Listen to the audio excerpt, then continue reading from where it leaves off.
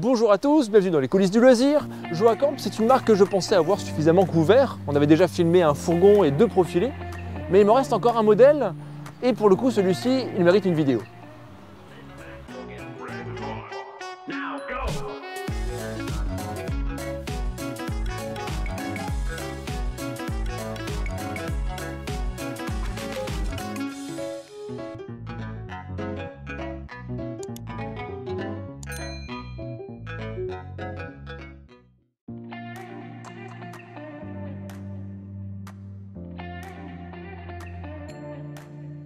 Il s'agit du Joacamp 75T, un profilé qui mesure 7,30 m de long, 2,30 m de large et 2,85 m de haut.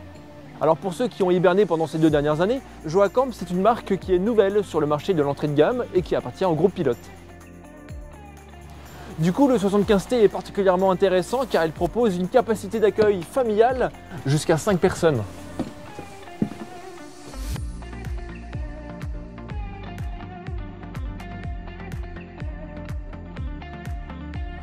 À l'intérieur, il y a un grand salon avec une large banquette en L, des sièges pivotants et encore une banquette ici, ce qui permet d'asseoir un beau petit monde autour de la table centrale. Celle-ci est rotative, coulissante et télescopique, ce qui permet entre autres d'aménager un couchage dinette, mais ça on y reviendra plus tard. J'ai parlé tout à l'heure d'une capacité de 5 personnes, car en effet ce modèle propose 5 places homologuées pour la route. 1, 2, 3, 4 et la 5e juste ici. On passe ensuite à la cuisine. Celle-ci est compacte, avec une plaque de cuisson à 2 feux et un évier qui sont totalement indépendants. Il y a un peu d'espace pour travailler sur le plan de travail, et puis encore des grands tiroirs. Au-dessus, il y a un placard, et on peut voir qu'au niveau esthétique, on ne peut pas faire plus simple.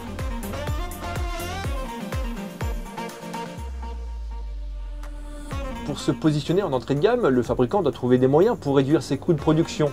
Donc ici, ça se traduit par une simplification des mobiliers et une réduction des éléments à bord.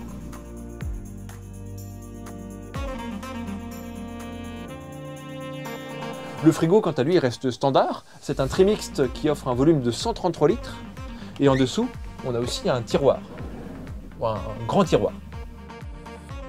Nous voici maintenant dans la chambre principale des lits jumeaux qui peuvent évidemment se connecter pour satisfaire les différentes activités conjugales. Les lits individuels mesurent 73 cm de large par 190 pour celui-ci et 200 cm pour celui-là.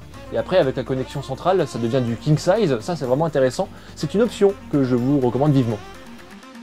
Les différents vêtements vont pouvoir se ranger dans les placards du fond, mais aussi sous les lits. C'est d'ailleurs ici que se trouve la penderie.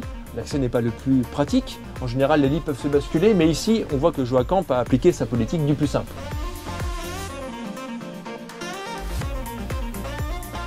C'était le couchage arrière, mais ce n'est pas tout puisqu'il y a encore sur le salon un lit pavillon qui descend électriquement et qui peut recevoir encore 2 personnes.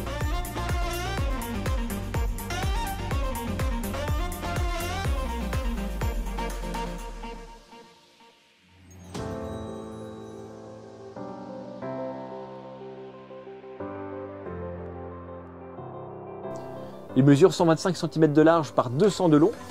Pour un couple qui s'aime très fort, il n'y a pas de souci.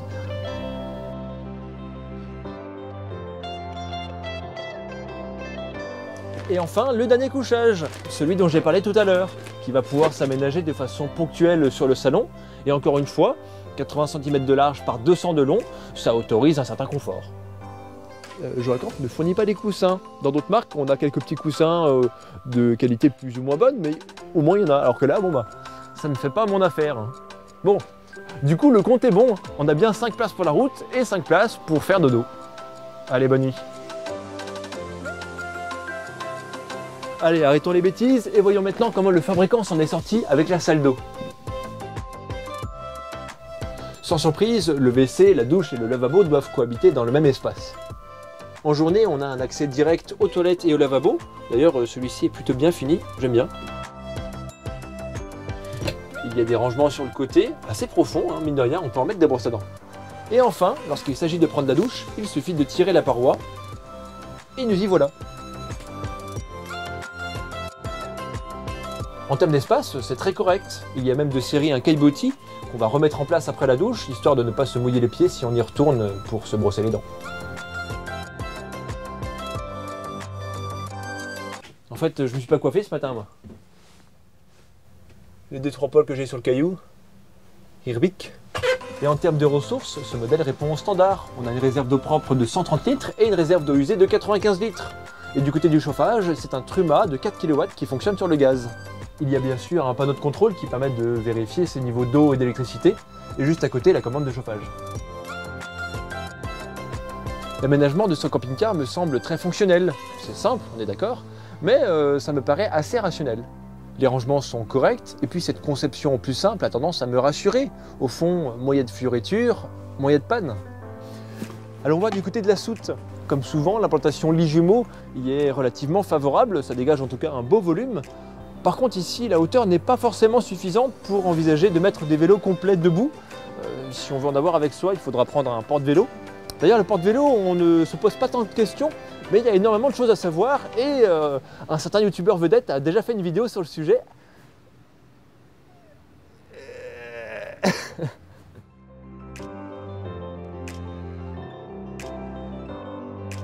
Il nous reste encore le poste de conduite. Ici c'est très classique également, puisqu'il s'agit d'un Citroën Jumper avec un moteur de 2,2 litres pour 140 chevaux. Il y a quand même quelques éléments esthétiques qu'on pourrait évoquer, comme les compteurs chromés ou encore la moquette cabine. Il y a aussi un réservoir de carburant de 90 litres qui est de série, ce qui donnerait environ 750 km avec un plein. Il faut maintenant récapituler les différentes options présentes sur ce modèle. On a le lit pavillon, le couchage dinette, l'autoradio intégré avec la caméra de recul, et enfin sur le toit, un panneau solaire de 100 watts. De cette façon, le camping-car est fonctionnel, on va dire qu'il y a l'essentiel. Il y aura peut-être une critique au sujet du pare-brise, puisqu'il n'y a pas de store d'occultation intégré comme les stores Rémi-Front par exemple. On a les rideaux, après il faut avouer que c'est plus simple et c'est aussi plus durable. Tout cela donnant une charge utile de 530 kg selon le fabricant, et un tarif affiché pour celui-ci à 66 140 €. J'avoue qu'avec les dernières augmentations de tarifs, tant qu'on reste sous les 70 000 €, ça me semble pas encore trop choquant.